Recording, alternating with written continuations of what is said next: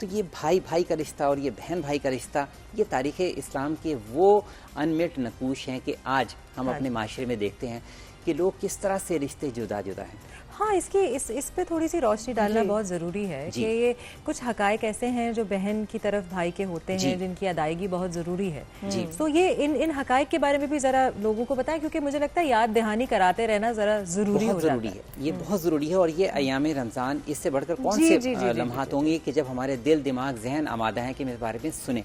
देखिए, रिश्तों को बरकरार रखना, रिश्तों की अफादियत को समझना, रिश्तों को जोड़े रहना रखना इतना अहम है कि इमाम हुसैन अलैहिस्सलाम फरमाते हैं कि अल-सिन्नतु नेमतुन, यानी सिला रहमी नेमत है। अगर तुम नेमत पाना चाहते हो तो तुम सिला रहमी इख्तियार करो, अपने रिश्तों की कदर करो। जैसे बहन भाई का रिश्ता है, याद रखिए कि अगर कोई शख्स खुलूस दिल के साथ अपनी बहन के घर जाए और उसके साथ दिली मोहब्बत का इजहार करे, उसकी ज़रूरियात का ख्याल रखने की कोशिश करे, खुदावंद आलम उसके लिए रिस्क को ज़्यादा फरमाएगा, उसकी उम्र में इजाफा फरमाएगा, उसकी कितनी ही मुश्किलात और परेशानियों को खुदावंद आलम इस लिहाज से दूर फरमाएगा कि सिर्फ उसने अपनी बहन का एहतराम किया, अपनी बहन की जाने मोहब्बत भरी निगाह की।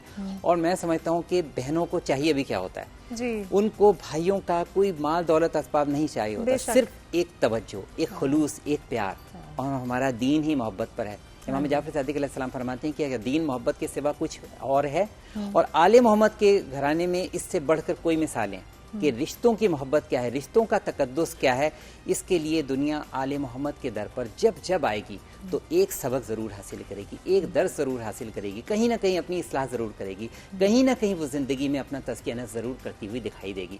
तो ये वो मिसालें हैं, ये वो दिन है जब हमें सीखना है, समझना है, गौर करना है, हम कौन हैं, हम कहाँ से आए, हमें कहाँ जाना है। बिल्कुल, ये बिल्कुल मौलाना साहब, हम देखते हैं लोग अक्सर ना शादी के बाद उनकी फैमिली जो है वो न्यूक्लियस हो जाती है। और बाज़ औक़ात अगर आपके शौहर को या आपकी बेगम को आपकी बहन या आपका भाई नहीं पसंद, तो लोग कतराते हैं उनको घर पे बुलाने से या उनको ख़ानदान में उस तरीके से उनसे मिलने से।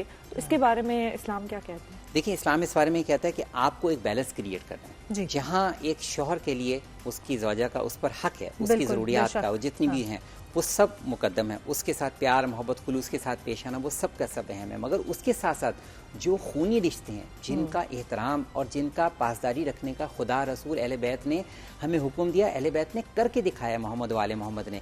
तो इन रिश्तों की अहमियत के लिए हमें एक तवाज़ुन क्रिएट करना पड़ेगा, कुछ डायलॉग करने पड़ेंगे, कुछ काउंसलिंग करनी पड़ेगी। यहाँ मैं पैगाम दूंगा कि जहाँ जहाँ इस तरह की कहीं डिफरेंसेस हैं तो लेट्स सिट टुगेदर, आपस में बैठें, कम्युनिकेशन, डायलॉग करें, कम्युनिकेट करें, कहीं ना कहीं किसी न किसी नतीजे पे पहुंचेंगे। आज हम गलती करेंगे, हो सकता है कि कल हम उस गलती की इस्लाह करते हुए, फिर सबसे बड़ी बात है, पैगाम ये दूंगा, अपने रिएक्शंस को कंट्रोल करना सीखें। ये बहुत इंपॉर्टेंट बात है। ये आपने बड़ी अच्छी बात की है कि मैं माह रमज़ान के हिसाब से ये सवाल पूछना चाहूँगी। जनरली यही होता है कि लोग रोज़े जब रखते हैं तो उसमें हालांकि कहा यह जाता है कि नफ्स का भी रोज़ा है, लेकिन कहीं नफ्स का रोज़ा दिखाई नहीं देता, बल्कि गुस्सा, ना गुस्से से परहेज होता है, ना चिड़चिड़ेपन से परहेज होता है, और ऐसा लगता है कि आप जो रोज़ा रख रहे हैं वो किसी और पे एहसान कर रहे हैं, खुदा ना खास्ता। सो इस हिसाब से मुझे बताइए कि ये कैसे हम मुमकिन कर सकते हैं, अपनी ज़िंदगी में क्या तरीक़ेकार अपनाएं जिससे ये आपने नफ्स की जो बात की, इस पे हम काबू पा सकें। इसके लिए हमें सीरत रसूल खुदा और सीरत अहले बैत अलैहिस्सलाम की जानिब देखना है कि हमारे मौला फरमा रहे हैं कि पेट के रोज़े से बढ़कर है ज़ुबान का, यानी ज़ुबान का ख्याल रखना है कि ज़ुबान क्या बोल रही है और किससे बोल रही है, किस अंदाज में बोल रही है। अपने लफ्ज़ों को चेक करना, कंट्रोल करना सीखें। और जब तक आप ये रद्द-ए-अमल ज़ाहिर करना, मसलन मुझे किसी की बात नागवार गुजरी, किसी ने मेरी इंसल्ट की, तौहीन की, और मैं एकदम से जो ये रद्द-ए-अमल का इजहार करता हूँ, यहाँ पे मुझे कुछ देर के लिए रुकना है। तो यही सब्र तहम्मुल, यही ठहराव एक दिन में पैदा नहीं होगा, थोड़ी थोड़ी प्रैक्टिस, थोड़ी थोड़ी मशक करनी पड़ेगी, बच्चों को सिखाना पड़ेगा। सबसे पहले मुझे आपको अपनी ज़ात से इसको शुरू करना पड़ेगा जाके, कि लफ्ज़ों को कंट्रोल करना सीखें। रद्द अमल फौरी ज़ाहिर करने से बड़े नुकसानात होते हैं, रिश्ते टूट जाया करते हैं, ब्रेकअप हो जाते हैं। और हमारे माशरे में आप देखें कितने मुकद्दस रिश्ते हैं जो आज एक दूसरे की शक्ल देखने के रवादार हैं, महज इस वजह से मामूली छोटी सी बात पर एक रद्द अमल का इजहार करना। और फिर एक ज़माना वो था कि जब बच्चे वो मतलब एक अपनी हद पर रहते थे। आज ये है कि बच्चे जो है ना वो बुनियादी फैसला करने में है कि नहीं, हम पहले अपनी रद्द-ए-अमल इज़हार करेंगे। पहले ये होता था कि जब बड़े हैं, बुजुर्ग हैं, तो उनके सामने बच्चे एक कंट्रोल में अपने आप को रखते थे, उनको तरबियत ही ऐसी दी जाती थी। लेकिन आज ये है कि हर बच्चा, हर कमसिन, हर जवान ये सोचता है कि मुझे अपने जज्बात का इजहार करना है, इमोशंस इमोशंस कंट्रोल, ये जो टेम्परामेंट कंट्रोल है, ये बुनियाद है उस सब्र तहम्मुल की। कि कुरान का वजीफा क्या है, वतवासौ बिल हक, वतवासौ बिस सब्र।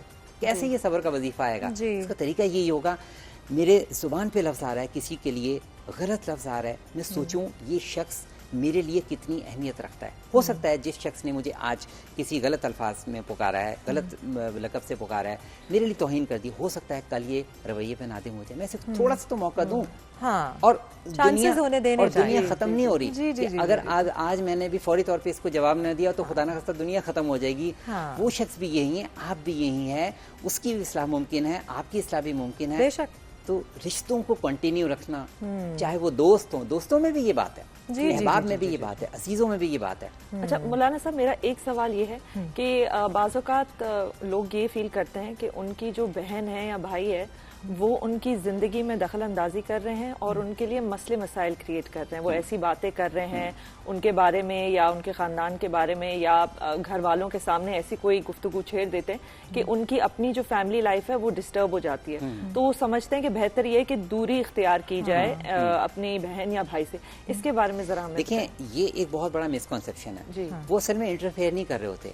उनकी मोहब्बत, ये नेचुरल उनकी मोहब्बत और खुलूस है, क्योंकि उन्होंने आपके साथ एक घर में जो है ऐसा होता है, एक तवील वक्त गुजारा है, तवील वक्त गुजारा है। मुझे मैं सॉरी आपकी बात को इंटरजेक्ट करूंगी, पर मुझे लगता है कि कभी कभार जो है ना वो कुछ चीजें गलत और सही की भी होती हैं, ठीक है, उस कटहरे में भी उनको खड़े करके देखना चाहिए। और कभी कभार खूनी रिश्ते सिर्फ वो खून की बुनियाद पे नहीं होने चाहिए। कभी कभार ऐसा है कि वो अब आपका जो है अगर बहन भाई से एक रिश्ता है और उसके हकायक आपने अदा करने हैं, तो वो रिश्ते के हकायक आपके शौहर से भी हैं जिनकी अदायगी बहुत जरूरी है, आपकी माँ से भी है, कभी कभार बहन भाई आपके माँ बाप के दरमियान भी आ जाते हैं। जैसे आपने कोई बात अपने बहन से कर ली, वो आपने सोचा कि वो अपने दिल में रखेगी, लेकिन वो आपकी सास आपके शौहर के सामने उस बात को छेड़ दे जिसकी वजह से झगड़ा हो जाए।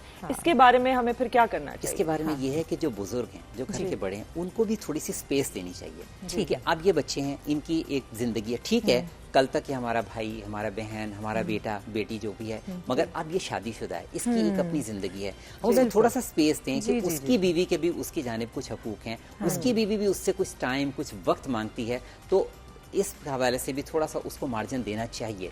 जितना जितना हर शख्स अपनी पोजीशन पे रहते हुए कि वक्त बदल गया है, तरजीहात बदल गई हैं। कल तक ये हमारे घर के सेटअप का हिस्सा था, मगर आज इस सेटअप में एक किसी की बेटी भी आ गई है। उसने भी बहुत तवक्कुआत के साथ किसी के घर में अपनी बेटी को भेजा है, किसी की ज़ौजगी में उसको दिया है, उसकी भी तवक्कुआत हैं। तो तमाम चीज़ों को हर शख्स को अपना बैलेंस, शौहर को भी बैलेंस रखना पड़ेगा, ज़ौजा को भी बैलेंस रखना पड़ेगा, और जो बुजुर्ग हैं, जो उससे रिलेटेड हैं, कंसर्न है, उनको भी थोड़ा सा अपने एक स्पेस लेवल मेंटेन करना पड़ेगा। ओवरऑल हर शख्स को थोड़ा थोड़ा अपने आप को रिएक्शन कंट्रोल देखना पड़ेगा। दिल चाह रहा होगा कि नहीं हम यहाँ पे थोड़ा सा इंटरफेयर करें, नहीं, लेकिन कहें कि नहीं कोई बात नहीं, इनकी ज़िंदगी है, इनको इनकी ज़िंदगी में खुशियाँ के साथ जी लेने दो। तो उससे क्या होगा कि आहिस्ता आहिस्ता वो बच्चे खुद ये खुलूस को महसूस करेंगे, और हो सकता है कि वो वक्ती तौर पे जिस चीज़ को इंटरफेरेंस तस्वुर कर रहे हैं, हो सकता है उसको कहें कि नहीं ये तो हमारे लिए नागुज़ीर है। क्योंकि मतलब जबरदस्ती ना करें उन पे कि आप ये रिश्ता जो है कायम रखें, आप उनको अपनी तरीके से उसको सुलझाने दें, बहुत सी चीजों पे इम्पोज नहीं करें, ठीक है, राय को मुसल्लत नहीं करें। स्पेस देना आपने जैसे कहा बहुत जरूरी है, आजाद जहन के साथ उसको सोचने देना। हम असल में किसी इंसान को आजाद जहन से सोचने नहीं देते। फौरी तौर पे हम चाहते हैं कि जैसे मैंने राय दी, फौरी तौर पे दूसरा शख्स उसको मनोन तस्लीम करके उसके मुताबिक वो एक्ट करने, इसमें अना आती है ना, अना आ जाती है ना, तो थोड़ा सा इस अना के बोझ को तोड़ना पड़ेगा। तो हर एक को, बच्चे को भी, घर के छोटे को भी, बड़े को, हर एक को थोड़ा सा समझना पड़ेगा कि मेरी एक हदूद है, मेरी एक लिमिटेशंस हैं, बस उस हदूद के अंदर रहते हुए मैंने इस तमाम रिश्तों को कैरी ऑन करना है और अपने पुरखुलूस जज्बों का इजहार भी करना है, जो कि नेचुरल जज्बे हैं। यही तो आर्ट है, यही तो एक ऐसा साइंटिफिक इस्लाम की खूबसूरती है। रिश्तों की खूबसूरती ये दुनिया के किसी मजहब में नहीं है। और आप देखें कि जहाँ ये रिश्ते नहीं हैं, जिन माशरों में आप देखेंगे वहाँ पे सुसाइडल रेट कितने ज्यादा हैं, क्योंकि जज्बों के इजहार से इंसान बहुत से साइकोलॉजिकल प्रेशर से रिलीफ हो जाता है। और ये वो वाली चीजें कि इसी से तो रिश्ते कायम और दायम रहते हैं। जब आप अपने दिल की बात दूसरे से करते हैं तो तभी तो आपका वो रिश्ता ज्यादा मजबूत होता है। अगर मेरा बाप, मेरा भाई, मेरी बहन सिर्फ मेरे शानों पर हाथ रख के मुझे एक हिम्मत दे दे मुश्किल सूरत हाल में, मेरे लिए तो वही बहुत कुछ है। और बहन भाई से आपको हिम्मत ही तो मिलती है क्योंकि उन्होंने वही तजुर्बे, उनके वही तजुर्बे रहे होते हैं जो आपके एक्सपीरियंस। और इसके अलावा हमारे और बहुत खूबसूरत रिश्ते हैं, भांजे भतीजे, जी जी जी जी, बेतहाशा हैं। इनकी कदर कीमत कीजिए क्योंकि ये आपके लिए खड़े होने वाले हैं।